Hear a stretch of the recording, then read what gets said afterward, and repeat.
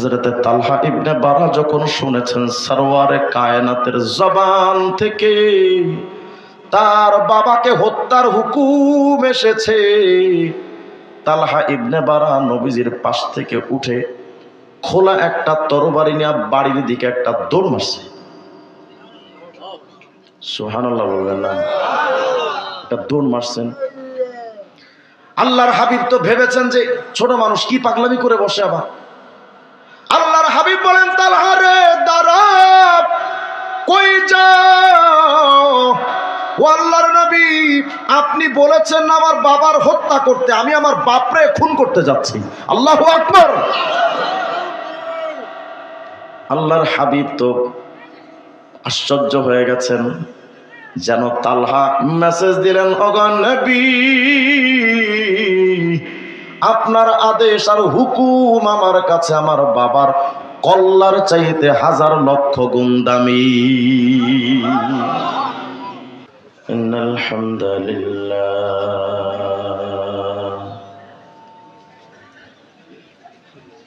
والصلاة والسلام على من لا نبي بعده أما بعد فأعوذ بالله من الشيطان الرجيم.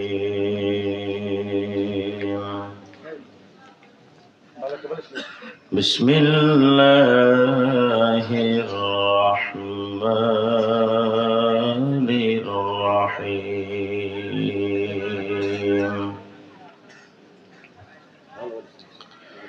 وما آتاكم الرسول فخذوه وما نهاكم عنه فانتهوا. صدق الله العلي العظيم. درود شريف اللهم صل على محمد وعلى آل محمد كما صليت على إبراهيم وعلى آل إبراهيم إنك حميد مجيد. اللهم بارك على محمد وعلى آل محمد كما باركت على إبراهيم وعلى آل إبراهيم إنك حميد مجيد.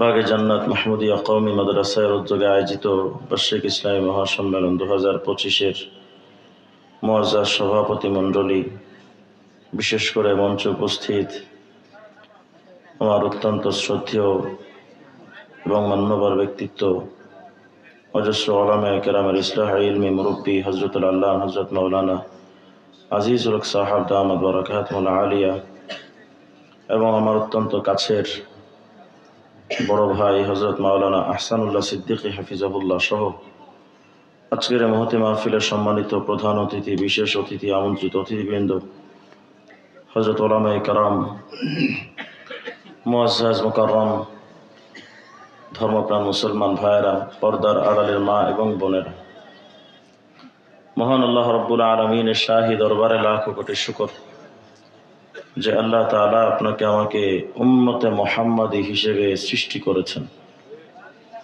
এজন্য সে মহান মালিকের দরবারে প্রাণ খুলে শুকরগুজার হচ্ছি। সবাই পড়ি আলহামদুলিল্লাহ।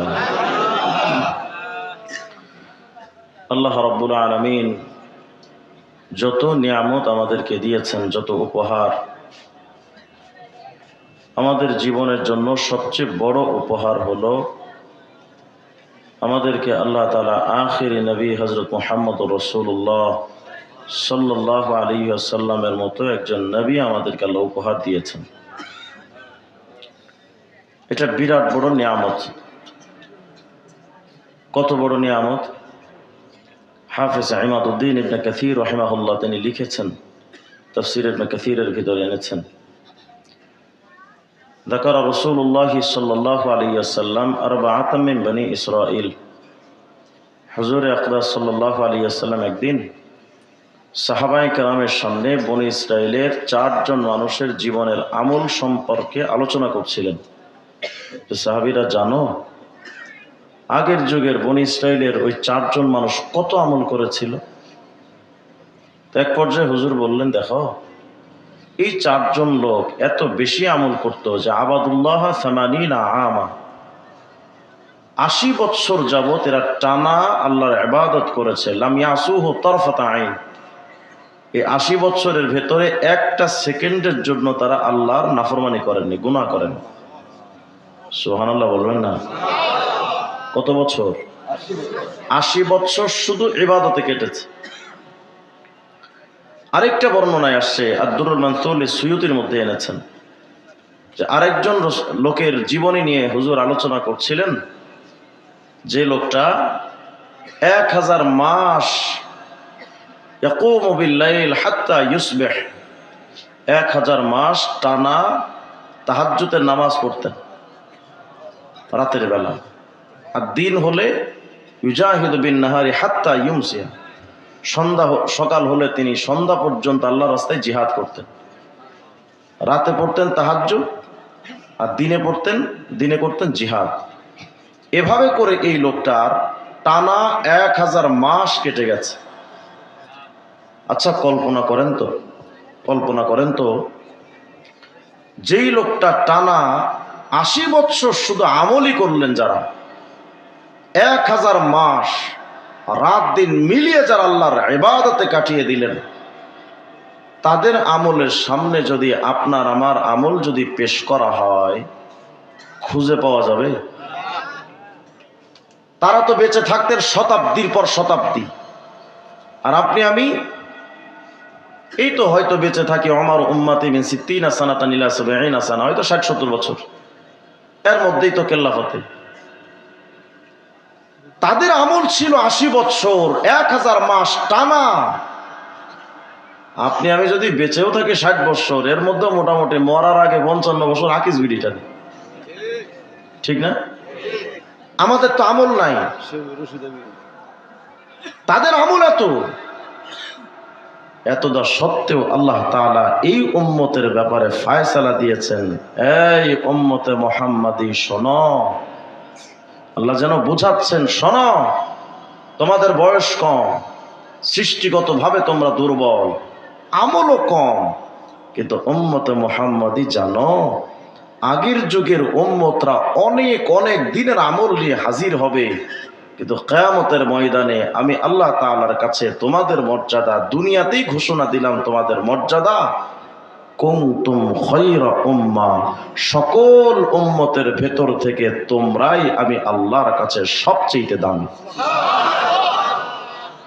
আরেক হাদিসের মধ্যে আসছে, হুজুর আকরাম সাল্লাল্লাহু আলাইহি ওয়াসাল্লাম বলেন, নাহনুল আখিরুন, আমরা এসেছি দুনিয়ায় সবার পরে, আস-সাবিকুনা ইয়াউমাল কিয়ামা, কিন্তু কিয়ামতের ময়দানে যখন জান্নাতে যাওয়ার সময় আসবে, আমার উম্মত যদিও এসেছে সবার পরে, কিন্তু জান্নাতে ঢুকবে সবার আগে।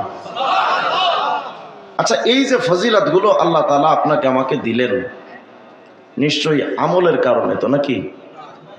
ইলমের কারণে, কোনো যোগ্যতার কারণে?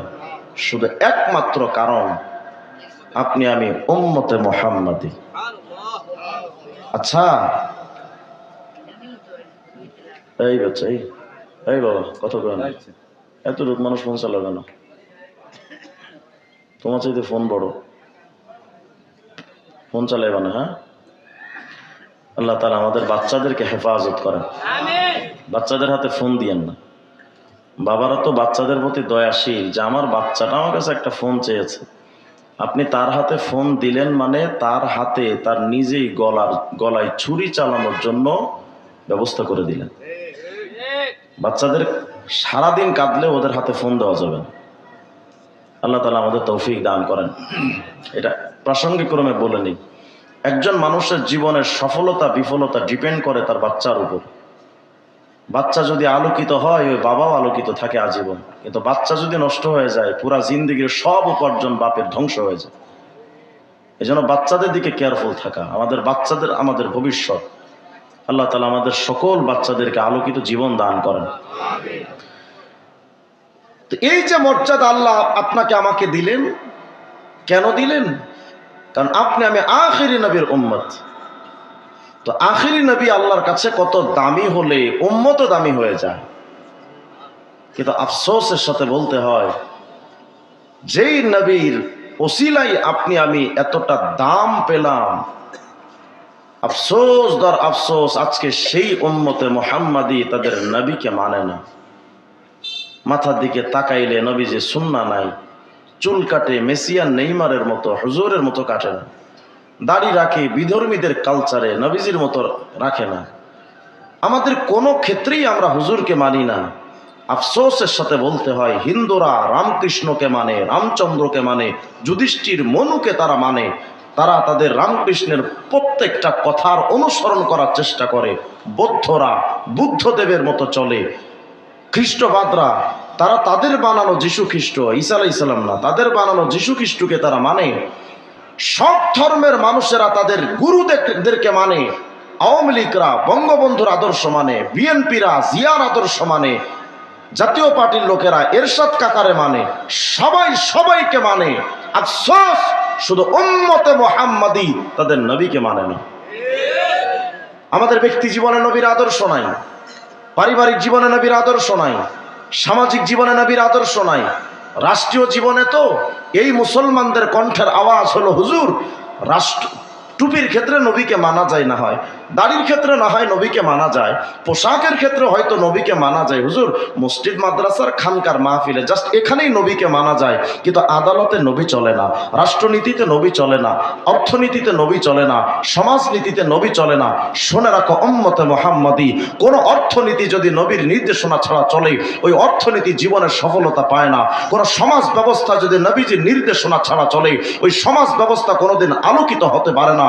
যদি কোনো ব্যক্তি আল্লাহ রাসূলের সুন্নাহ ব্যতীত চলে, ওই মানুষ জীবনে কোনোদিন আলোর পথ খুঁজে পাবে না। কোন রাষ্ট্র ব্যবস্থা যদি আল্লাহ রাসূলের আইন ছাড়া যদি চলে, ওই রাষ্ট্র হতে পারে ডিজিটাল, হতে পারে আধুনিক, হতে পারে অনেক দিকে এগিয়ে, কিন্তু ওই রাষ্ট্র ব্যবস্থার ভেতরটা অন্ধকারাচ্ছন্ন হবে। রাষ্ট্র ব্যবস্থায় নবীর নির্দেশনা ছাড়া ওই রাষ্ট্র জীবনে কোনোদিন সফলতার মুখ দেখতে পারে না। কিন্তু আপনি আমি তো এটা মানি না। বাংলাদেশের নেতাকর্মীদের অবস্থান হলো আমজনতার মুসলমানদের কণ্ঠের আওয়াজ, হুজুর অর্থনীতিতে নবীর নির্দেশনা চলে না। 1400 বছর আগের মুহাম্মদের কথা এই ডিজিটাল যুগে কি হুজুর চলে? ওই মোল্লাতন্ত্র চলে না। নাস্তিক্যবাদ তো ঘোষণাই দিয়ে দিয়েছে যে ইসলামতন্ত্র যদি কায়েম হয়ে যায় তাহলে দেশটা পিছিয়ে যাবে। কেন? মুহাম্মদ তো ধর্ম এনেছিল 1500 বছর আগে, সেই আগের যুগের ধর্ম এই যুগে কিভাবে চলতে পারে? আমি তাদের কাছে প্রশ্ন করতে চাই, 1400 বছর আগের ইসলাম যদি না চলতে পারে, এখান থেকে 2000 বছর আগে গ্রিসে যে অ্যাথেন্সে গণতন্ত্র তৈরি হলো, সেই গণতন্ত্র দিয়ে আমাদের সংবিধানকে সাজানো হয়েছে। সমাজতন্ত্রের ইতিহাস অনেক পুরাণ। আমাদের দেশে যত মানব রচিত তন্ত্রমন্ত্র আছে, অসংখ্য তন্ত্রমন্ত্রের ইতিহাস অনেক পুরাতন। 2000 বছর আগের গণতন্ত্র দিয়ে যদি বাংলাদেশটা চলতে পারে, 1400 বছর আগের ইসলাম নিয়ে যেই কুলাঙ্গার কথা বলবে তার জিহ্বা ছিঁড়ে ফেলা হবে। রাসূলের ইসলামের সাথে যেই কোনো কুলাঙ্গার কথা বলবে তাদের সাথে আমাদের কোনো আপোষ হতে পারে না। এরা মনে মনে ভাবে ইসলাম তো আমরা শুধু ব্যক্তি জীবনে মেনেছি, অর্থনীতি থেকে কেন ইসলাম চলবে? আচ্ছা আমি আপনাদের কাছে জানতে চাই, বলেন তো ইসলাম ধর্ম পূর্ণ না অপূর্ণ? এ কথা কি আমার না আল্লাহ? আল্লাহ বলেছেন আল ইয়াউমা আকমালতু লাকুম দীনাকুম ওয়া আতমামতু আলাইকুম নি'মাতি ওয়া রাদিতু লাকুমুল ইসলাম দীনা। আজ আমি আমার ধর্ম ইসলামকে তোমাদের কাছে পরিপূর্ণ করে দিলাম। এর অর্থ হলো আমার ইসলামে যেমন ভাবে ধর্মের নির্দেশনা আছে, তেমন ব্যক্তি জীবনে নির্দেশনা আছে, সামাজিক জীবনে নির্দেশনা আছে, পারিবারিক জীবনে নির্দেশনা আছে, রাষ্ট্রীয় জীবনের নির্দেশনা আছে। আদালত কেমনে চলবে, মুহাম্মদুর রাসূলুল্লাহর আদর্শ, সেই আদালত ব্যবস্থাকে ফলো করা উচিত। অর্থনীতি কিভাবে চলবে, সেই মুহাম্মদুর রাসূলুল্লাহর অর্থনৈতিক ব্যবস্থাপনার দিকে খেয়াল করা উচিত। আজকে অনেকে আমাদেরকে বলে মুহাম্মদের ইসলাম দিয়া অর্থনীতি চলতে পারে না, রাষ্ট্র চলতে পারে না। এই মোল্লারা কি বুঝে? মোল্লারা কি সমাজ চালাইতে পারে? মোল্লা কি আর রাষ্ট্র চালাইতে পারে? যারা এ কথা বলো মোল্লারা কি পারে, আজ আমি তাদের কাছে দেখাতে চাই মোল্লারা কি পারে। 1400 বছর আগের ইসলাম ধর্ম, সেই ধর্মের আলোকে জাহিলিয়াতের আধার কেটে যে একটা সোনালী সমাজ উপহার দিয়েছিল। এটা শুধু ইতিহাসের মধ্যেই সীমাবদ্ধ নয়, ইসলাম পৃথিবীর যেই প্রান্তে যেই মেরুতে প্রতিষ্ঠিত হয়েছিল ওখানেই শান্তি এসেছিল। যদি বিশ্বাস না হয় মোল্লারা কি পারে, তো তাকে দেখ তোর বাপ মোল্লাগুলোর দিকে আফগানিস্তানে তালেবান সামান্য কতিপয় টুপিওয়ালা পাগড়িওয়ালারা এমন একটা সমাজ ব্যবস্থা তৈরি করেছে, তোর গণতন্ত্র দিতে পারে নাই, সমাজতন্ত্র দিতে পারে নাই, তোর জাতীয়তাবাদ, ধর্মনিরপেক্ষ মতবাদ, পৃথিবীর সমস্ত বিজ্ঞানীদের থিওরি, সমস্ত বুদ্ধিজীবীদের থিওরি হারিয়ে আফগানিস্তান এমন একটা রাষ্ট্র গঠন করেছে। শান্তিতে যদি এখন নোবেল দেওয়া হয় একমাত্র আফগানিস্তানকে দেওয়া উচিত। তাহলে বোঝা গেল মোল্লাতন্ত্র ছাড়া শান্তি আসবে না। অথচ আপনি আমি মোল্লাতন্ত্র মানি না কেন? মোল্লাতন্ত্র মানলে তো মুহাম্মদকে মানতে হয়। মুহাম্মদ আরবিকে মানা যাবে না হুজুর, কেন? মুহাম্মদের চাইতে অনেক দামি দামি মানুষ আছে। কে?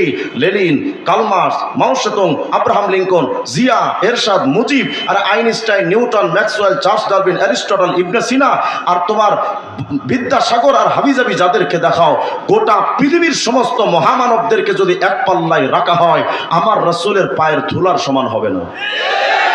কোন নবীর ব্যাপারে তোমরা কথা বলো, কোন রাসূলের ব্যাপারে তোমরা প্রশ্ন তুলো? তবে যারা আমরা মুসলমান আছি এখানে, আমরাও তো অনেককে নবীকে আমরা মানি না। আমরা মনে করি হুজুর আমরা এই যুগের সাথে একটু তাল মিলিয়ে চলি না, যুগের সাথে একটু তাল মিলিয়ে চলা উচিত। হুজুর একটা সামাজিকতা আছে না, তোমার যেই সামাজিকতা রাসূলের আদর্শ মানতে বাধ্য প্রদান করে ওই সমাজকে আগুন দিয়ে জ্বালায় দেওয়া দরকার। আমি ওই সমাজ চিনি না। আল্লাহর পাক বলেছেন আমিনু কামা আমানান নাস, সাহাবাওয়ালা ঈমান আনো। সাহাবীদের ঈমানি হালত কেমন ছিল? জীবন দিয়া দিবেন কিন্তু সুন্নাহ পরিত্যাগ করবেন না। রাসূলের আদর্শ থেকে এক চুল পরিমাণ তারা সরে যাননি। তেমন ঈমান তো আনার দরকার ছিল। আপনার আমার মধ্যে তো সেই ঈমানি হালত নাই। আপনি আমি ভাবতেছি হুজুর মুহাম্মদে আরবিকে না মানলে তো আমার আর কি যাবে আসবে। অনেকে আবার এটাও ভাবে নবীকে না মানলে নবী মনে হয় ঠকে গেল। শোনেন, পুরা সৃষ্টি জগৎ যদি আমার নবীকে না মানে আমার নবীর এক চুল পরিমাণ ক্ষতি হবে না। ভালোবাসা পাওয়ার মতো জায়গা নবীর আর নাই। যাকে আল্লাহ ভালোবাসেন তার ভালোবাসার অপূর্ণতা কোথায়?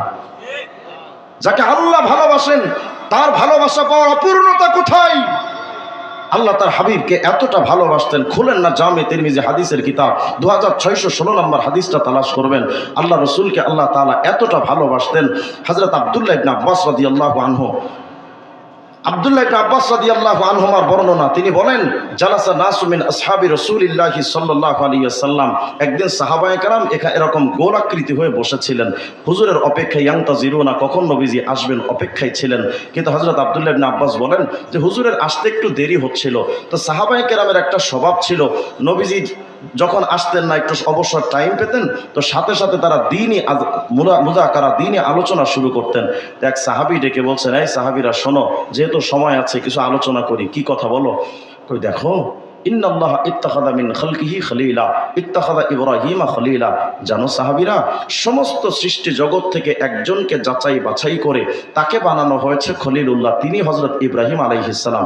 আচ্ছা কল্পনা করো তো, পুরা সৃষ্টি জগতের মধ্যে ওয়ান পিস খলিলুল্লাহ ইব্রাহিম আলাইহিস সালাম কত দামি। আরেকজন বললে হ্যাঁ তা তো ঠিক, পুরা সৃষ্টি জগতেও একজনই খলিলুল্লাহ। তো আরেকজন বলে হ্যাঁ তা ঠিক, কিন্তু ভেবে দেখলাম দেখো আদম ইস্তাফাহুল্লাহ, আদমও কিন্তু কম নন, তিনিও কিন্তু আবুল বাশার, তিনিও কিন্তু সফিউল্লাহ, আল্লাহ নির্বাচিত। তো একজন যদি খলিলুল্লাহ হলে তিনি যদি দামি হন তো আদম তো সফিউল্লাহ, তিনিও তো দামি।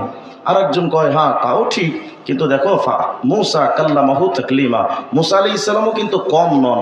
সব নবীদের সাথে আল্লাহ কথা বলতেন জিব্রাইলের মাধ্যমে, ফিরিস্তাদের মাধ্যমে, কিন্তু মূসা আলাইহিস সালামের সাথে আল্লাহ কথা বলতেন ডাইরেক্টলি। তো মূসা আলাইহিস সালাম তো কালিমুল্লাহ, তিনিও নিশ্চয়ই দামি। আরেকজন বলে হ্যাঁ তাও ঠিক, কিন্তু ভেবে দেখলাম ঈসা নবীও কিন্তু কম না। কেন? ফাঈসা কালিমাতুল্লাহ রূহ, ঈসা তো রূহুল্লাহ উপাধি পেয়েছেন, মানে আল্লাহর আত্মা উপাধি পেয়েছেন। কতটা দামি মানুষ তিনি ছিলেন। তো একজন বলে আদম সফিউল্লাহ, একজন বলে ইব্রাহিম খলিলুল্লাহ, একজন বলে মূসা কালিমুল্লাহ, একজন বলে ঈসা রূহুল্লাহ। ফাআকবালা নবী সাল্লাল্লাহু আলাইহি ওয়াসাল্লাম, আমাদের নবীজি এখানে আসলেন। ফাসামিয়া মা ইয়াতাযাকারুন, সাহাবীদের পর্যালোচনা শুনলেন। নবীজি শুনলেন, কেউ বলছে আদম সফিউল্লাহ, কেউ বলছে ইব্রাহিম খলিলুল্লাহ, কেউ বলছেন মূসা কালিমুল্লাহ, কেউ বলছেন ঈসা রূহুল্লাহ। আমাদের নবীজি শুনে সাহাবীদেরকে বলেন, সাহাবীরা হ্যাঁ হ্যাঁ, আদম তো সফিউল্লাহ, ইব্রাহিম তো খলিলুল্লাহ, মূসা তো কালিমুল্লাহ, ঈসা তো রূহুল্লাহ, কিন্তু সাহাবীরা জানো আমি মুহাম্মদ তো হাবিবুল্লাহ। মা মানাল হাবিব, হাবিবুল্লাহ কাকে বলে? আল হাবিব আরবি লুগাতে আছে আল হাবিব বামান আল মাহবুব। আল্লাহ বোঝাতে চান নবী গ সফিউল্লাহ আদম, খলিলুল্লাহ ইব্রাহিম, কালিমুল্লাহ মুসা আর রূহুল্লাহ ঈসা। নবী আল্লাহ যেন এটা বুঝাতে চাচ্ছেন সবাই তো আমাকে ভালোবাসার জন্য পাগল পাড়া, যেন আল্লাহ এটাই বুঝাচ্ছেন নবী গ আদম সফিউল্লাহ হওয়ার পরও ইন্না আদম ওয়া হাওয়া বাকায়া মিআতাই সানা, টানা 200 বছর ধরে আদম কেঁদেছিলেন। টার্গেট একটা, আল্লাহকে পাওয়া। একটু দূর থেকে দাও। টার্গেট একটা, আল্লাহকে পাওয়া। হযরত খলিলুল্লাহ ইব্রাহিম নমরুদের আগুনে ঝাঁপ দিয়েছিলেন, নিজের সন্তানকে পর্যন্ত জবাহ করতে উদ্যত হয়েছিলেন। টার্গেট ছিল একটা, আল্লাহকে খুশি করা। নীল দরিয়ায় ঝাঁপ দিয়েছিলেন কালিমুল্লাহ মুসা, টার্গেট একটা, আল্লাহকে খুশি করা। নিজের জীবনকে উৎসর্গ করতে প্রস্তুত ছিলেন রূহুল্লাহ ঈসা, টার্গেট ছিল একটা, আল্লাহকে খুশি করা। আল্লাহ বোঝাতে চান নবী গো সফিউল্লাহ আদম, খলিলুল্লাহ ইব্রাহিম, কালিমুল্লাহ মুসা, রূহুল্লাহ ঈসা, নবী সবাই তো আমাকে খুশি করতে চাই। আর আমি আল্লাহ সূরা দুহার 5 নম্বর আয়াতে ঘোষণা দিলাম ওয়ালা সাউফা ইউতিকা রাব্বুকা ফাতারদা। নবী সবাই তো আমাকে খুশি করতে চাই, আর আমি আল্লাহ নিজে তোমাকে খুশি করতে চাই।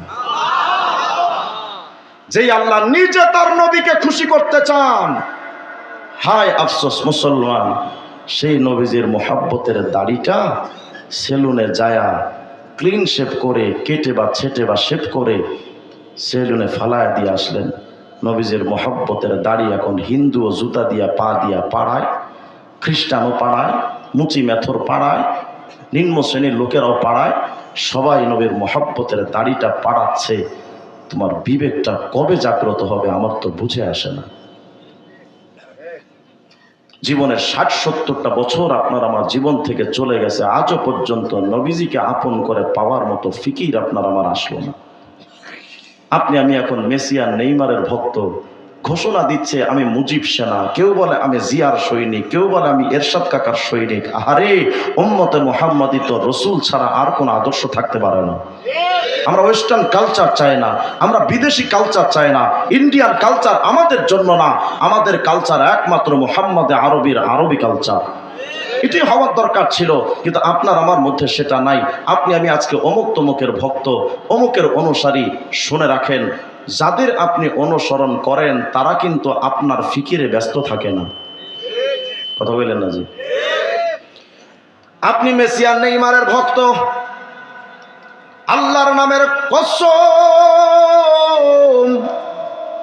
মেসি আর নেইমার জীবনে তোমার বিপদে কোনোদিন ফোন দিয়া খবরও নেবে না। তুমি অমুক নেতার অনুসারী, এই মুমিন, নেতাদেরকে আপন মনে করে তাদের মতো করে চলেন, নবীজির আপন মনে করলেন না। যেই নেতারে আপন মনে করো ওই নেতা কিন্তু তোমার ফিকিরি করে না। নেতার ফিকিরি হলো দুইটা, ভোট আর নোট। ভোট আর নোট পাওয়া শেষ তো নেতা বলবে খোদা হাফেজ। তোমার নেতা তোমার জন্য কাঁদেন না। এই আসমানের নিচে জমিনের উপরে একমাত্র ব্যক্তি যিনি আপনার আমার জন্য সারা জিন্দেগি কেঁদে গেছেন, তিনি হচ্ছেন মুহাম্মদুর রাসূলুল্লাহ। আল্লাহর হাবিবের পুরা জিন্দেগির ফিকির ছিল শুধু ইয়া রব উম্মতি উম্মতি। আমার আল্লাহ আমার রাসূলের মহব্বত করার জন্য খুশি করতে চান, আর আপনার আমার নবী উম্মতের খুশি করার জন্য আখিরাতের ময়দানে যেন উম্মত খুশি হতে পারে, পুরা জিন্দেগিটা নবী কাটিয়ে দিয়েছেন শুধু উম্মতের ফিকিরে। আম্মা জানা আয়েশা সিদ্দিকা বলেন, মায়ার নবী তার উম্মতের জন্য এতটা পাগল। আমি আয়েশা একদিন তাকায় দেখলাম নবীজি খোশ মেজাজে আছেন, মুখে একটু হাসি হাসি ভাব। আল্লাহর হাবিবের হাস্যোজ্জ্বল চেহারা দেখে আমি হাবিবে কিবরিয়াকে বললাম, উদউনি ইয়া রাসূলুল্লাহ, ও নবী আমি আয়েশার জন্য একটু দোয়া কইরা দেন। আল্লাহর হাবিব এবার আয়েশার জন্য দোয়া করছেন, আল্লাহুম্মা গফির লি আয়েশা মা তাকাদ্দামাত মিন যামবিহা ওয়া মা তাআখারাত ওয়া মা আলানাত ওয়া মা আসাররাত। আল্লাহর নবী বলেন, ও আল্লাহ, আমার আয়েশার জীবনের আগের গুনাহ মাফ করেন, পরের গুনাহ মাফ করেন, প্রকাশ্যের গুনাহ মাফ করেন, অপ্রকাশ্যের গুনাহ মাফ করে দেন। আম্মা জান আয়েশা সিদ্দিকা বলেন, মায়ার নবী যখন এমন দোয়া করেছেন, আমি আয়েশা এতটা খুশি, হাসতে হাসতে আমার মাথাটা মায়ার নবীর উরুর উপরে পড়ে গেছে, আমি এতটা খুশি। আল্লাহর হাবিব জিজ্ঞেস করলেন, ইয়া আয়েশা আইয়াসুরুকি দুআই, আয়েশা আমার এই দোয়াটা কি তোমারে খুশি করে দিয়েছে, তুমি কি আনন্দিত? আম্মা জান আয়েশা সিদ্দিকা বলেন, ও নবী, যেই দোয়াটা আপনি আমার জন্য করেছেন এর চাইতে উত্তম কি দোয়া হয়, আমি কেন খুশি হব না? আল্লাহর নবী ডাইকা বলেন, আয়েশা রে, যেই দোয়াটাই তুমি আজকে খুশি, ও আয়েশা জানো এই দোয়াটা আজকে শুধুমাত্র তোমার জন্য একবার করলাম, কিন্তু আয়েশা রে, 5 ওয়াক্ত নামাজের পরে এই একই দোয়া আমার সব উম্মতের জন্য আমি করি। মায়ার নবী উম্মতের জন্য এতটা পাগল ছিলেন, বসতে গেলেও উম্মতি, হাঁটতে গেলেও উম্মতি, ঘুমাইতে গেলেও মাঝে মধ্যে নবীজির চোখে ঘুম আসতো না, শুধু উম্মতের ফিকির, আল্লাহ আমার উম্মতের কি হবে। সুবুলুস সালাম কিতাবের 30 নম্বর পৃষ্ঠার মধ্যে আসছে, আম্মা জান আয়েশা সিদ্দিকা বলেন, মায়ার নবী তো একদিন আমার পাশে ঘুমিয়েছিলেন।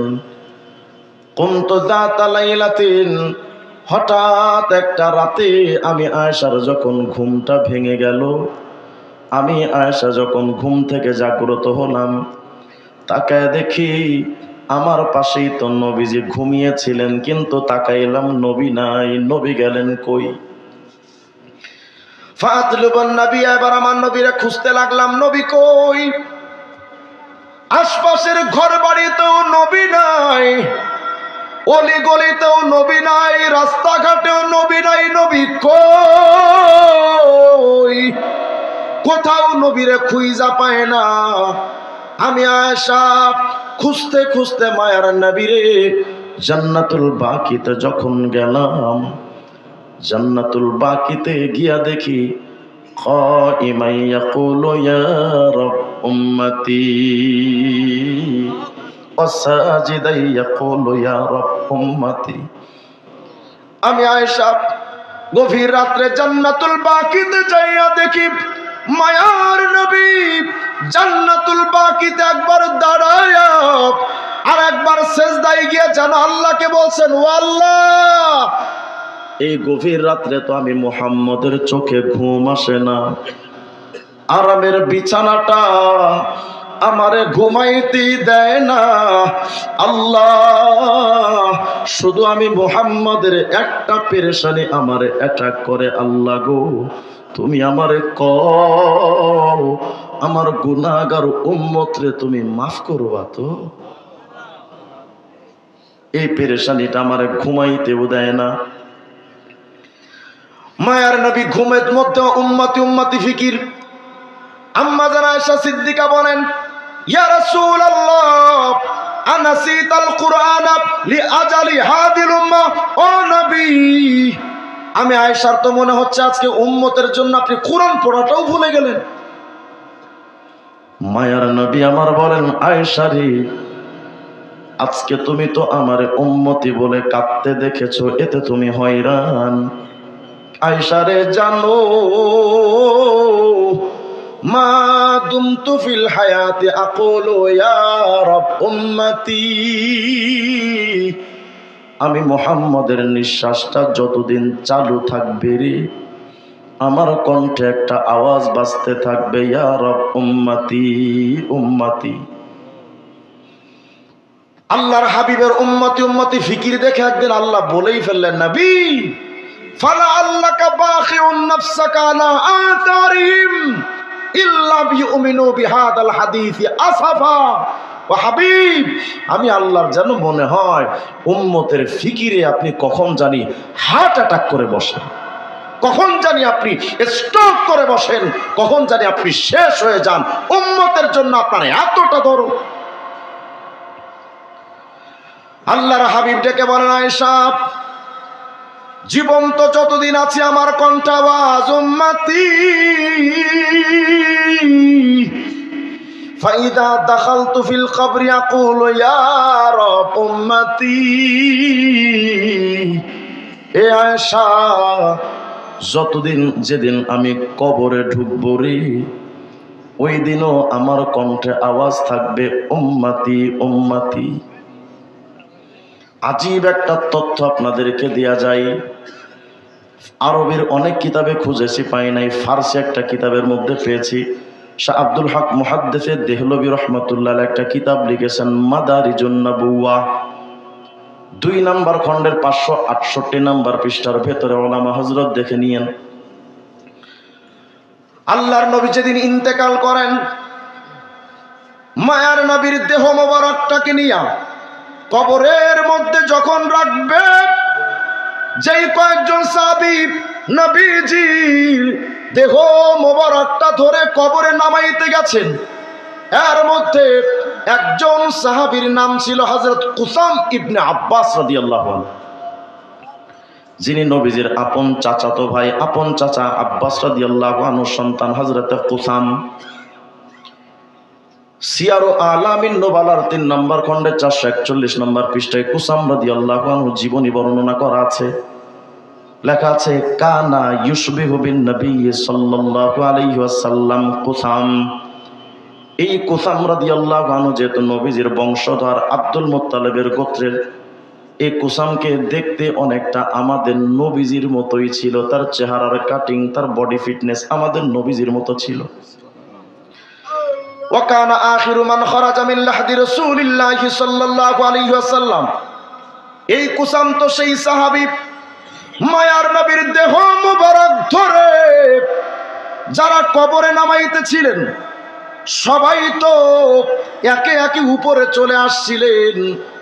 সর্বশেষ কবরে যিনি রয়েছিলেন তার নাম হযরত কুসাম, যিনি সর্বশেষ নবীজির কবর থেকে বের হবে। হযরত কুসাম বলেন, আমি যখন কবরের মধ্যে সর্বশেষ যখন উঠে আসব, মনে মনে ভাবলাম আখেরি একটা নজর নবীজির দিকে একটু তাকায় দেখালই না। আর তো কোনোদিন দেখার মতো সুযোগ আমাদের হবে না। মায়ার নবী তো আজকে দাফন হয়ে যাবেন, আর তো দেখতে পারবো না। বাবা কবরে চলে গেলে সন্তান যেমন ব্যথা পায়, মা মারা গেলে সন্তান যেমন ব্যথা পায়, আল্লাহর নবীর ইন্তেকালে সাহাবীদের কষ্ট তার চাইতে কোটি গুণ বেশি ছিল।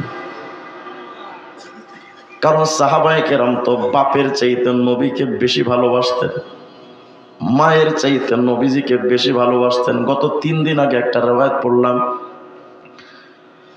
হযরত আবু বকর সিদ্দিক রাদিয়াল্লাহু আনহুর সামনে একদিন সাব্বা আবু কুহাফা নবী সাল্লাল্লাহু আলাইহি ওয়াসাল্লাম।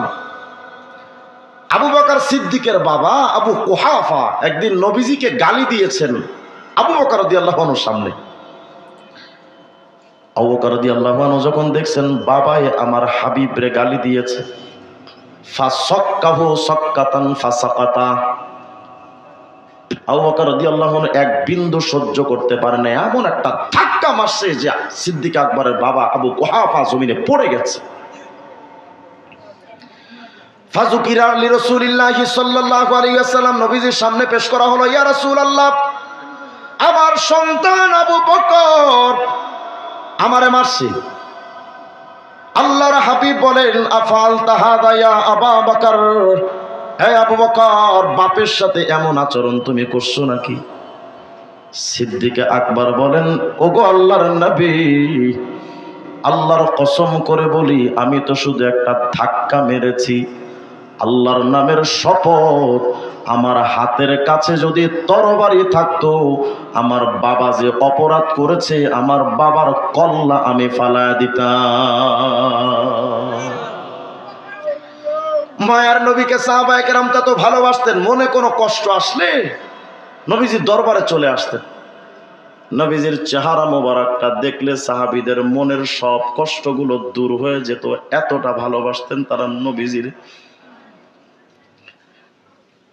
ওহদের যুদ্ধে মায়ার নবীর চোয়ালে যখন আঘাত লাগছে, রক্ত পড়ছে, মালিক ইবনে সিনান আল্লাহর হাবিবের কাছে গিয়া রক্ত মোবারকটা নিজের ঠোঁট লাগায় চুষে চুষে নিচ্ছে।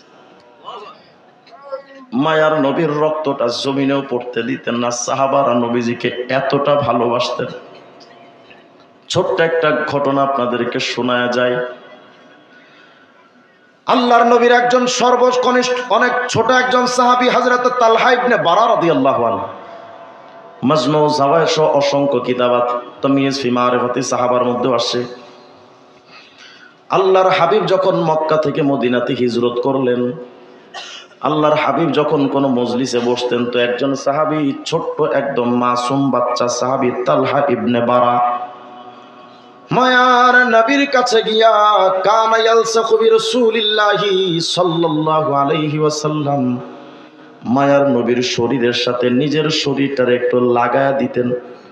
মানে নবীজির শরীরের সাথে তার শরীরটা লাগলে তার কাছে ভালো লাগতো, এজন্য শরীরটারে নবীজির শরীরের সাথে লাগায় বসতেন।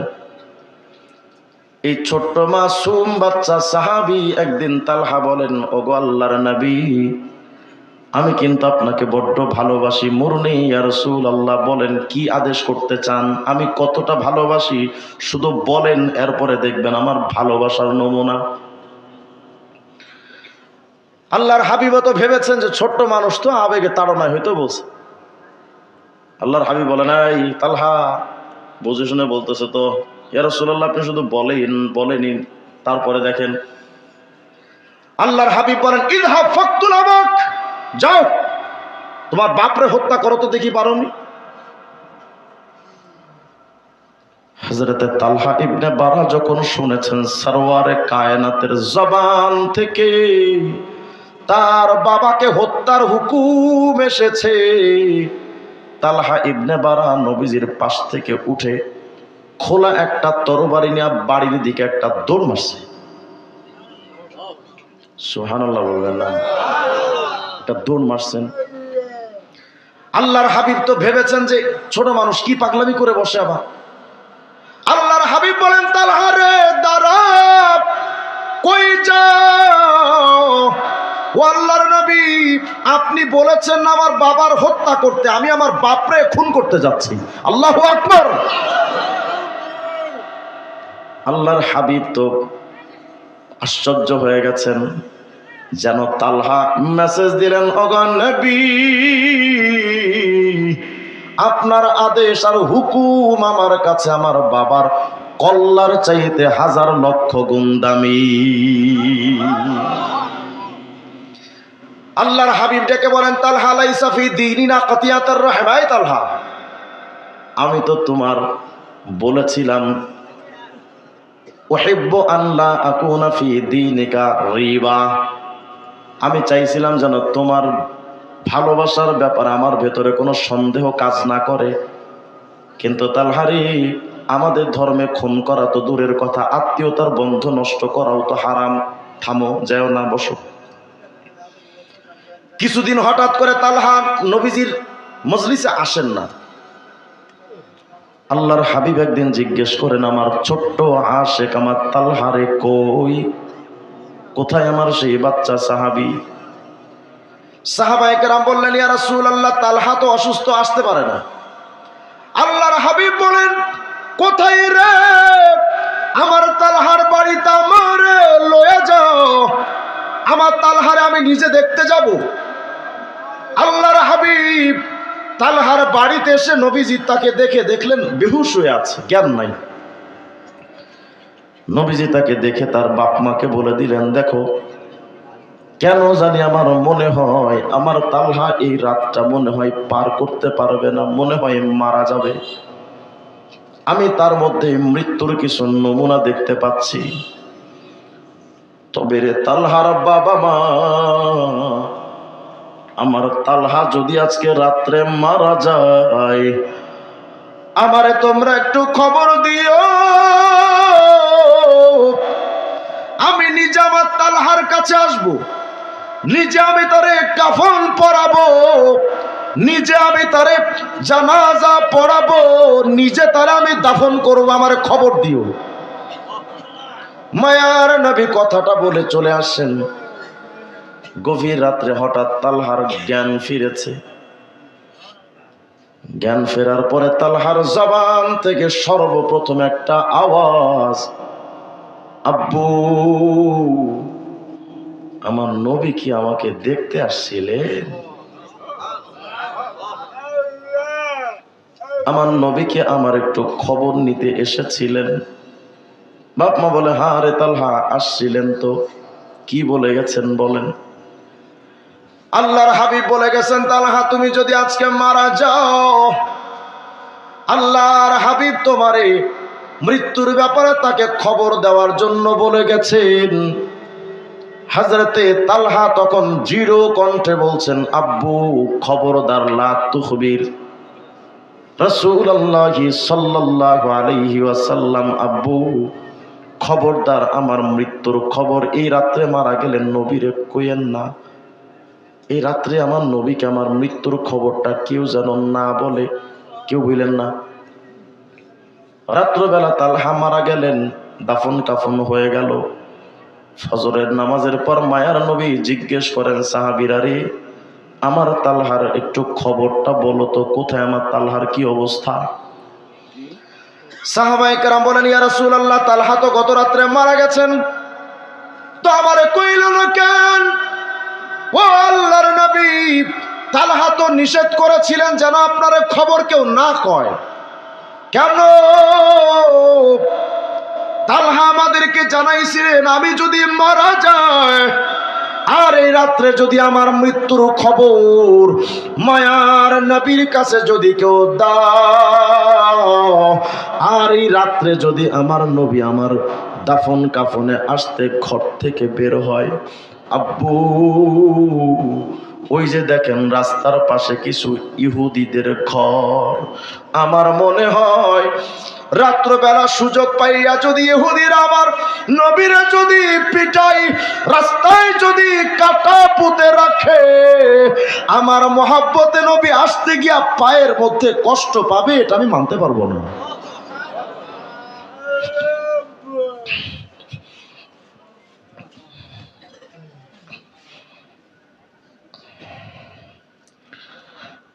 আমার মৃত্যুর খবর আমার নবীর যেন কেউ না জানায়। আল্লাহর হাবিব সাহাবী তালহার কথা শুনে সাহাবীদেরকে বললেন, চলো না, আমার তালহার কবর কই, আমি আমার তালহার কবরটার একটু দেখতে চাই, আমার নিয়ে চলো।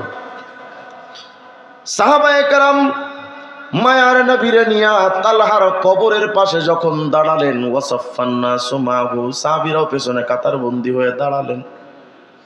মায়ার নবী এবার আল্লাহর দিকে লক্ষ্য করে কন, ও রব, আমার তালহা আমার প্রতি যে ভালোবাসার প্রদর্শনীটা করেছে, আখিরি নজর আমার তালহারে দেখতে আমি পেলাম না, এই দুনিয়াতে আমার তালহার সাথে আর দেখাও হবে না। তবে রব্বুল আলামিন কিয়ামতের দিন তো আমার তালহার সাথে আমার দেখা হবে।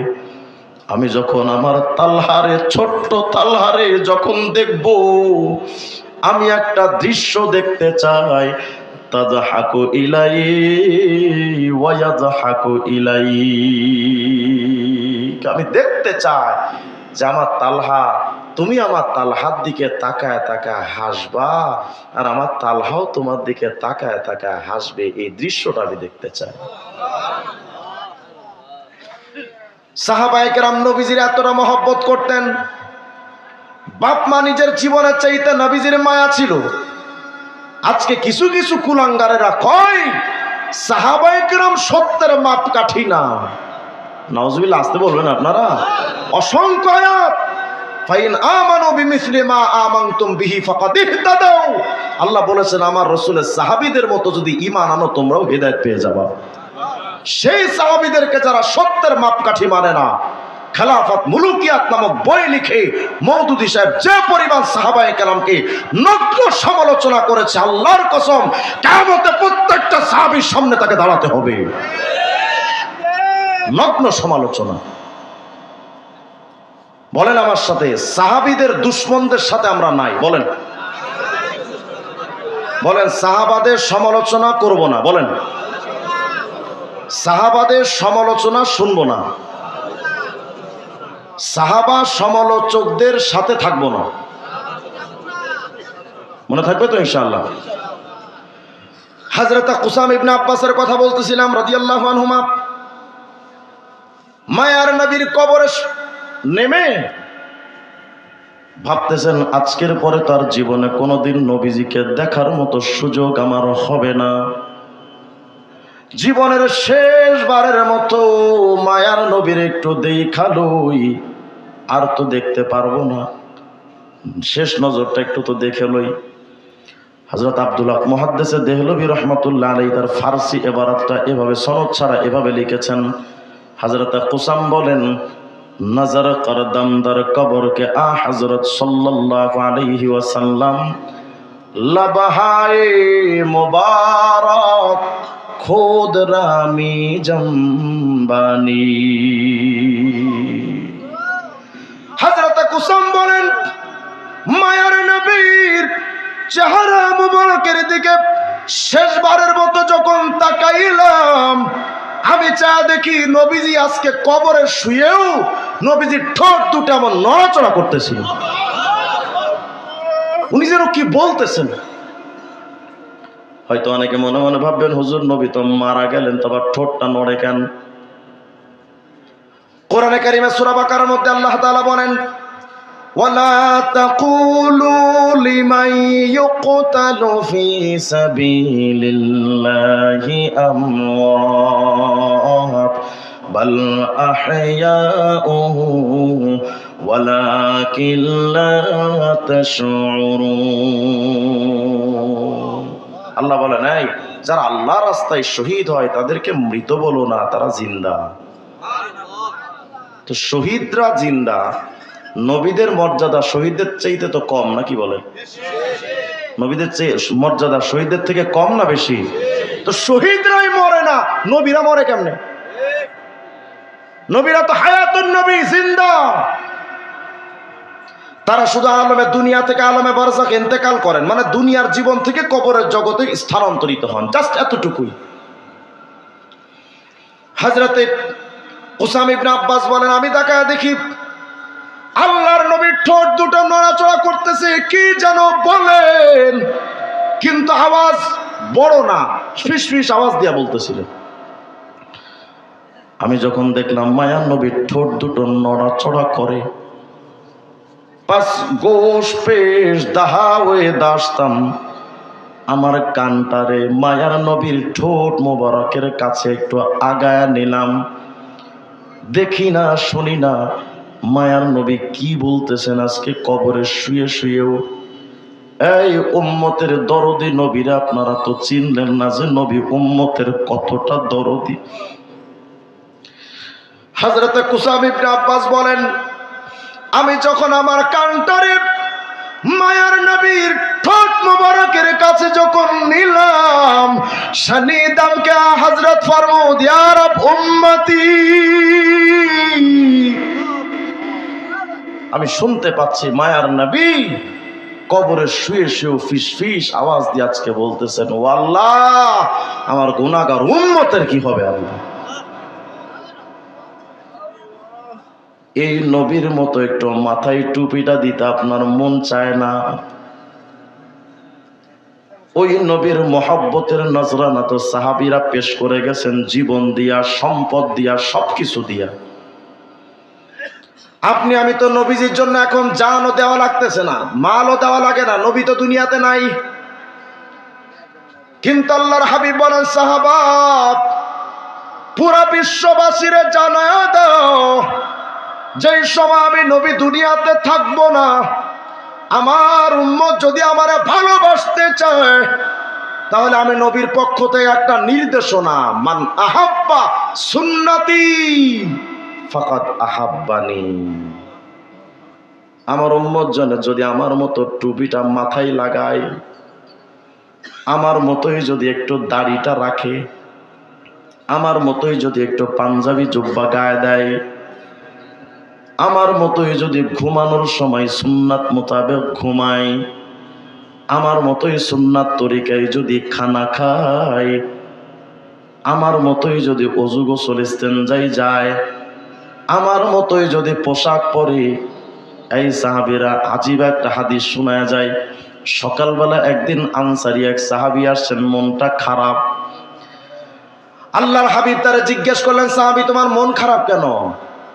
সাহাবী বলেন, ইয়া রাসূলুল্লাহ, মনটা খারাপ, শুধু একটা ভাবনা আমার মাথায় এসেছে, নবী গো, আজকে দুনিয়াতে তো সকাল সন্ধ্যা আপনার কাছে আসতে পারি, আপনার চেহারা মোবারকটা দেখতে পারি, আপনার সোহবত উঠাতে পারি, কিন্তু নবী আগামীকালকে যখন আপনি জান্নাতের মধ্যে থাকবেন, আপনি তো জান্নাতের অনেক উপরে অবস্থান করবেন, আমরা তো আর অত উপরে জায়গাটা পাবো না। নবী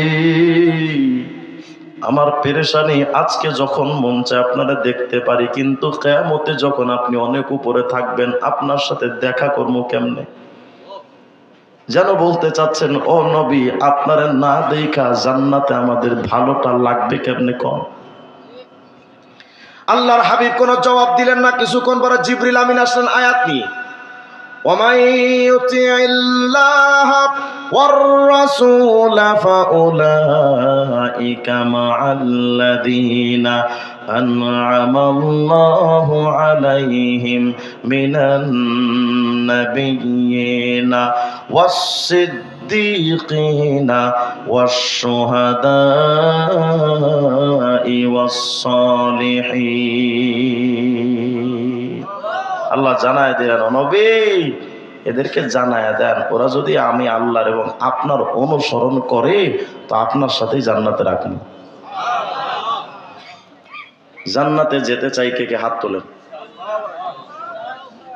সবাই চান? হাত নামান। যদি জান্নাতে আমাদের যাওয়ার স্বপ্ন থাকে, আল্লাহর কসম করে বলি, রসুলকে বাদ দিয়া আল্লাহকে মানার মধ্যে 4 পয়সার দাম নাই। আপনি সারাদিন আল্লাহ জিকির করেন, লা ইলাহা ইল্লাল্লাহ, লা ইলাহা ইল্লাল্লাহ, লা ইলাহা ইল্লাল্লাহ, খাইতে সুন্নাত নাই, ঘুমাইতে সুন্নাত নাই, পোশাকে সুন্নাত নাই, দাড়িতে সুন্নাত নাই, মাথায় টুপি নাই, আপনার কালেমার জিকিরের 4 পয়সার দাম নাই। বাংলাদেশে একটা গ্রুপের হয়েছে এখন, আমরা আল্লাহরে মানি, কোরআন মানি, হাদিস মানি না, নবী মানি না। ভণ্ড পীররা তো ডাইরেক্ট বলেই দিয়েছে যে আমরা শরীয়ত মানি না, মারেফত মানি। আপনাদের দিকে তো নাই। আপনাদের দিকে আর একটা গোষ্ঠী আছে, হেজবুত তাউহিদ আছে না? হেজবুত তাউহিদ, এরা বলে যে রসুলের সুন্নাত মানার কথা নবীজি বলে যান নাই। নাউজুবিল্লাহ বলবেন না আপনি? আচ্ছা, আপনাদের দিকে আলু চাষ হয় নাকি? আলু চাষ হয়? মনে করেন আপনি আলু লাগাইলেন, আলু লাগানোর পরে ওখান থেকে 1 সপ্তাহ 10 দিন পরে গাছ ওঠে না? গাছ যখন ওঠে, জমিটা যদি বাড়ির আঙিনার আশপাশে হয়, তখন চাষিরা কি করে? এই জমিটার চতুর্পাশে একটা ঘেরাও দেয়, দেয় না? যেন গরু ছাগল এসে আলু গাছটা না খেতে পারে। তো মনে করেন আপনাদের এক চাচা আলু খেতে বেড়া দিচ্ছে, হঠাৎ করে ওখানে মিস্টার হিরো আলম সাহেবের আগমন। হিরো আলম এসে কয়, চাচা কি করেন? কি করি দেখো না, চতুর্পাশে বেড়া দিচ্ছি, গরু ছাগল আইসা যদি আমার আলু গাছ খেয়ে যায় সর্বনাশ হয়ে যাবে। হিরো আলমের কয়, চাচা আপনার দরকার আলু, আপনি পাতা করবেন কি? পাতা যদি গরু ছাগলে খেয়ে যায় তো যাক না, অসুবিধা কি, আপনার আলু হইলেই তো চলে। এখন চাচাই কয় যে, হিরো আলম, গরু ছাগল আসলে তত সমস্যা না, তোর মতো ছাগল আসলে যত সমস্যা। কেন? দেখ, তুই যে তোর মতো ছাগল যদি আসে তাহলে আগে গাছের পাতা খাবে, পাতা খাওয়া যখন শেষ হবে তখন তুই গাছটা ধইরাও খাবি। গাছটাও যখন খাওয়া শেষ হবে তখন তুই গাছের গোড়া শুদ্ধ টান দিয়ে ভেতরে আলু বের করে ওটাও খাবি। অতএব আমার আলু বাঁচাইতে গেলে আগে পাতা বাঁচাতে হবে, ঠিক না? শয়তান ভণ্ড পীরের সুরতে এসে আপনারা প্রথম বলবে, কিরে বেটা সুন্নাত টুন্নাত দরকার কি, ফরজ হলেই তো চলে। আহলে কোরআনের রূপ ধরে আসবে যে সুন্নাত দরকার কি, নবী দরকার কি, কোরআন হলেই তো চলে। শয়তান প্রথম আপনার আহলে কোরআন বা ভণ্ড হিজবুত তাওহীদের সুরতে এসে আপনার সুন্নাতটা খাবে। সুন্নাত খাওয়া শেষ আর একটা গ্রুপ আসবে ভণ্ড পীর এসে বলবে, কিরে মারিফাত হলেই যত চলে, শরীয়ত দরকার কি, শরীয়ত মানেই তো নামাজ রোজা হজ যাকাত ফরজ বিধান, শরীয়ত দরকার কি, বাদ দে মারিফাত হলেই চলে। প্রথম খাইলো সুন্নাত, পরে খাইলো শরীয়ত তথা ওয়াজিব এবং ফরজ, থাকলো শুধু হয়তো কোন রকম টিম টিম করে থাকা ঈমান। এই দুর্বল ঈমানটা নিয়ে যখন মৃত্যু সজ্জায় আপনি, এই মুমিন, যেই জীবনে ফরজ নাই, ওয়াজিব নাই, সুন্নাত নাই, ফিরিস্তা ডান পাশে বসা, শয়তান বাম পাশে বসা, ফিরিস্তার শয়তানের মধ্যে যখন যুদ্ধ হবে, ফিরিস্তা তাকায় দেখবে তোমার জীবনে কোনো আমল নাই, ফিরিস্তার শক্তিটা পাবেন কই? ফিরিস্তা তো চান যে তোমার শক্তি দেয়া তার সাথে শয়তানকে পরাস্ত করে দেখ। শয়তান যখন দেখবে তোর জিন্দেগিতে কোনো ফরজ নাই, ওয়াজিব নাই, সুন্নাত নাই, শয়তান সুন্দর করে ধোকা দিয়া তোমারে মরণের সময় বেঈমান করে কবরে পাঠাবে। বুঝাতে চাচ্ছি, শয়তানে যে মৃত্যুর সময় বিজয় হয়ে গেল, সর্বপ্রথম অপরাধ সুন্নাত ছেড়ে দেওয়া। কথা বলেন, আলু বাঁচাইতে গেলে যেমন পাতা বাঁচাইতে হয়, ঈমান বাঁচাতে গেলে সুন্নাত বাঁচাতে হয়। যারা সুন্নাতের দুশমন, আল্লাহর নবীর দুশমন, আল্লাহর নবীর দুশমন, আল্লাহর দুশমন। সুন্নাত ছাড়া উপায় আছে মুসলমানের? 80 বছর বয়স হয়ে গেছে আপনার বাজান, আমি যদি জিজ্ঞেস করি বাজান একটু বলেন তো খাওয়া সুন্নাত কি, অনেকেই বলতে পারবেন। শুয়ার সুন্নাত কি, অনেকে শোনেও নাই। বড় বড় ডাক্তার, বড় বড় ইঞ্জিনিয়ার, সায়েন্টিস্ট, বুদ্ধিজীবী, কবি, সাহিত্যিক, লেখক, গবেষক সব কিছু হতে পেরেছে, উম্মতে মুহাম্মাদি হতে পারে নাই। উম্মতে মুহাম্মাদি হওয়ার জন্য সুন্নাত দরকার। আমল করবো তো সুন্নাত আজকে থেকে ইনশাআল্লাহ। আমি দু একটা সুন্নাত আপনাদের শিখায়া যায় দিব। মাহফিলটা তো একটা ক্লাস নাকি বলেন, এখানে শেখার দরকার। দু একটা সুন্নাত আপনাদেরকে শিখায়া দিই। বলেন আমার সাথে সবাই, যে কোনো ভালো কাজ ডান দিক থেকে করা সুন্নাত। বলেন, আবার বলেন, আবার বলেন। এটা বুঝছেন তো আপনারা? যে কোনো ভালো কাজ ডান সাইড দিয়ে করা সুন্নাত। আচ্ছা, এই বিষয়টা যদি আপনাদের বুঝে আসে তাহলে আমার প্রশ্নের জবাব দিবেন। কাপড় পরা ভালো কাজ না খারাপ কাজ? ভালো কাজ। এই কাপড় পরতে ডান বাম যে কোনো একটা হাত তো আমাকে ঢুকাতে হবে, হবে না? হাত ঢুকানো ছাড়া তো আর পোশাক পরা সম্ভব না। আচ্ছা, বুঝে থাকলে খুব মনোযোগ দিয়ে বুঝে শুনে জবাব দেন তো। যেহেতু কাপড় পরাটা একটা ভালো কাজ, এই কাপড় যখন আমরা পরবো তখন আগে বাম হাত ঢুকানো সুন্নাত। কোন হাত? এই তো বুঝে গেছেন মাশাআল্লাহ। যেহেতু ভালো কাজ, তাহলে কোন হাত আগে ঢুকানো সুন্নাত? ডান হাত। পায়ের পোশাক, পায়জামা হোক, লুঙ্গি হোক বা যেটাই হোক, এটা পরাও তো ভালো কাজ, উলঙ্গ থাকা তো ভালো না। এই পায়ের পোশাক যখন আপনি পরবেন তখন আগে কোন পা? কোন পা? বুঝছেন তো? জুতা পরাটা ভালো কাজ না খারাপ কাজ? ভালো কাজ, নইলে পায়ে ময়লা লাগবে। তাহলে জুতা যখন আমি পরবো তখন আগে কোন পা? কোন পা? মাশাআল্লাহ। এটা পুরুষেরও যেমন মহিলাদেরও তেমন। এই সুন্নাতগুলো পালন করা যাবে না ইনশাআল্লাহ? আচ্ছা, আবার এই পোশাক খোলা, জুতা খোলা, পায়জামা খোলা, এগুলো খোলাটা তো তুলনামূলক অনুত্তম নাকি? এই অনুত্তম কাজগুলো বাম সাইড দিয়ে করা সুন্নাত। কোন সাইড দিয়ে? তাহলে পোশাক পরার সময় ডান হাত আগে ঢুকানো, তারপর বাম হাত ঢুকানো। আর খোলার ক্ষেত্রে আগে বাম হাত, পরে ডান হাত। জুতার ক্ষেত্রেও পরার ক্ষেত্রে ডান পা, খোলার ক্ষেত্রে বাম পা। মনে থাকবে তো ইনশাআল্লাহ? আচ্ছা, আর একটা প্রশ্ন জবাব দেন। মসজিদ ভালো জায়গা না খারাপ জায়গা? মসজিদে ঢোকার সময় বাম পা দিয়ে ঢোকা সুন্নাত। কোন পা? এই তো মাশাআল্লাহ। সহজ বিষয় না? এই জিনিসটা মাথায় রাখলে আপনি দেখবেন অনেক বিষয়গুলো আপনার সামনে স্পষ্ট হয়ে যাবে। যেহেতু মসজিদ একটা ভালো জায়গা, সুতরাং এখানে ঢোকার জন্য ডান পা দিয়ে ঢোকা সুন্নাত। আবার যখন বের হব কোন পা? আচ্ছা, বাথরুম, টয়লেট বা ওয়াশরুমে যখন আমরা ঢুকবো তখন বাম পা দিয়ে ঢোকা সুন্নাত।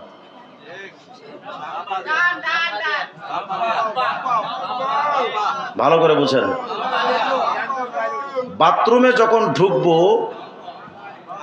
কোন পা? বাম পা। কেন? নোংরা জায়গা। আমার কথা বুঝেন না আপনারা? মানে তুলনামূলক মসজিদ যেহেতু পবিত্র জায়গা, ঢোকার সময় কোন পা? ডান পা। ওয়াশরুম, টয়লেট যেহেতু নোংরা জায়গা, তাহলে ওখানে ঢোকার সময় বাম পা। আবার ওয়াশরুম বা টয়লেটের ভেতরের তুলনায় বাহিরের জায়গাটা ভালো না? তাহলে এই ভালো জায়গায় যখন নোংরা জায়গা থেকে, বাথরুম থেকে বের হব, তখন কোন পা দিয়ে বের হওয়া সুন্নাত? ডান পা। এই তো মাশাআল্লাহ, অনেকগুলো সুন্নাত শিখছি না? আজকে এখান থেকে যখন আমরা উঠবো, জুতা পরবো না সময়? জুতা পরার সময় কোন পাকে ঢোকাবো? আমরা রাসূলুল্লাহ সাল্লাল্লাহু আলাইহি ওয়াসাল্লামকে বার্তা পৌঁছে দিতে চাই, নবী গো, আমরা এখন থেকে পাক্কা নিয়ত করেছি আপনার সুন্নাহ ছাড়া আমরা চলবো না, ইনশাআল্লাহ। উম্মতের সকল কারগুজারি নবীজির রওজায় পৌঁছে দেওয়া হয়। কিছু ফিরিস্তা আছে নবীজির রওজায় উম্মতের কারগুজারি পৌঁছে দেওয়া হয়। আজকে বাগে জান্নাতে মাদ্রাসার এই মাহফিলের এই কারগুজারিও হুজুরের রওজায় পৌঁছাবে যে ইয়া রাসূলুল্লাহ, বাগে জান্নাতের মাহফিলের মানুষগুলো আজকে নিয়ত করেছে আপনার সুন্নাত অনুযায়ী চলবে। আল্লাহর কসম, রসুলের তায়েফের কষ্ট, উহুদের কষ্ট, শিয়াবে আবি তালেবের 3 বছর জেল খাটা কষ্ট, উহুদের দান্দার শহীদ করা কষ্ট, হিজরতের কষ্ট, সব কষ্ট নবীজির ভেতর থেকে দূর হয়ে যাবে। আমল করা যাবে না ইনশাআল্লাহ? বাজান, এই যে দাড়িটা কাটেন, আমাদের সমাজে কিছু মানুষ বলে দাড়ি রাখা সুন্নাত। এটা টাটকা মিথ্যা কথা। দাড়ি রাখা সুন্নাত আহলে সুন্নাত জামাতে কোনো মাযহাবের কোনো ইমাম লেখেন নাই দাড়ি রাখা সুন্নাত। আমি দাড়ির উপরে কয়েকশো কিতাব দেখেছি, এর উপর তাহকিকি জায়েজা লিখেছে একটা 50 পৃষ্ঠার। কেউ বলেননি দাড়ি রাখা সুন্নাত। সবাই বলেছেন দাড়ি রাখা সুন্নাত নয়, সুন্নাত তরিকায় দাড়ি রাখা ওয়াজিব। কি বলেন তো? দাড়ি রাখা সুন্নাত তরিকায় দাড়ি রাখা ওয়াজিব, মানে অন্তত এক মুষ্টি। কয় মুষ্টি? অন্তত এক মুষ্টি। এক মুষ্টি দাড়ি থেকে যদি এক চুল পরিমাণ ছোট হয়, 24 ঘন্টা জিনা করলে যেমন কবিরা গুনাহ হয়, তেমন কবিরা গুনাহ হতে থাকে, একেবারে কন্টিনিউ 24 ঘন্টা। ভাইরা, আল্লাহর হাবিবের সামনে যদি আপনি বিএনপির চেয়ারপারসন খালেদার সামনে দাঁড়াইতে চান, মাথায় যদি নৌকার সিল নিয়ে যান, জায়গা দেবে? আবার যদি শেখ হাসিনার সামনে দাড়ি পাল্লা সিল নিয়ে যান, জায়গা দেবে? কেন? দুনিয়ার নেতারা যদি ভিন্ন প্রতীক দেখতে না পারে, কিয়ামতের ময়দানে যখন হুজুরের সামনে আপনি দাঁড়াবেন, মুখে দাড়ির নূর নাই, মাথায় টুপির নূর নাই, গায়ে পাঞ্জাবির নূর নাই, সুন্নাতের নূর পাওয়া যায় না, হুজুরে আরবি আলাইহিস সালাম আপনার সামনে কিভাবে আপনাকে পাত্তা দিবেন একটু বলেন তো, বুঝায় আমার। সাহাবাদের মধ্যে আর আপনাদের মধ্যে, আমাদের মধ্যে তফাৎ কি জানেন? তাদের ঈমান কেমন ছিল আর আমাদের ঈমান। সাহাবারা যখন শুনতেন এটা নবীর সুন্নাত, এটা আমার নবীর সুন্নাত, আরে বাপরে বাপ, এটা তো ছাড়া যাবে না, জীবন দিবে কিন্তু সুন্নাত ছাড়বে না। এই ছিল সাহাবাওয়ালা ঈমান। আর আমাদের ঈমান সুন্নাত। সুন্নাতই তো, ফরজ তো না, ওয়াজিব তো না, সুন্নাত। আরে দেখা জীবনে পড়ে। লা হাওলা ওয়ালা কুওয়াতা ইল্লা বিল্লাহ। সাহাবাওয়ালা ঈমান দরকার। আমার জীবন চলে যাবে, আমি ওয়েস্টার্ন কালচার নিতে পারি না, আমি ইন্ডিয়ান কালচার নিব না, আমি চাই না ইন্ডিয়ার জাপানের কালচার দিয়ে আমি চলবো না, আমি পাশ্চাত্য সভ্যতার কালচার দিয়ে আমি চলবো না। আমার কালচার মুহাম্মদ আরবির কালচার, হুজুর আকরাম সাল্লাল্লাহু আলাইহি ওয়াসাল্লামের সুন্নাহ ছাড়া পৃথিবীর কোনো সুন্নাহ আমি মানব না। প্রস্তুত থাকবেন তো ইনশাআল্লাহ? একেবারে ব্যক্তিগত জীবন থেকে নিয়ে রাষ্ট্রীয় জীবন, টোটাল ক্ষেত্রে রাসূল আরবি আলাইহিস সালামের সুন্নাহর অনুসরণ করা পারা যাবে না ইনশাআল্লাহ? আল্লাহ তাআলা যেন আমাদের সবাইকে পরিপূর্ণ সুন্নাহ মাননে ওয়ালা উম্মত হওয়ার তৌফিক দান করেন, বলেন আমিন। আল্লাহ তাআলা আমাদের সব ভাইকে সুন্নাতের ফেরিওয়ালা হওয়ার তৌফিক দান করেন।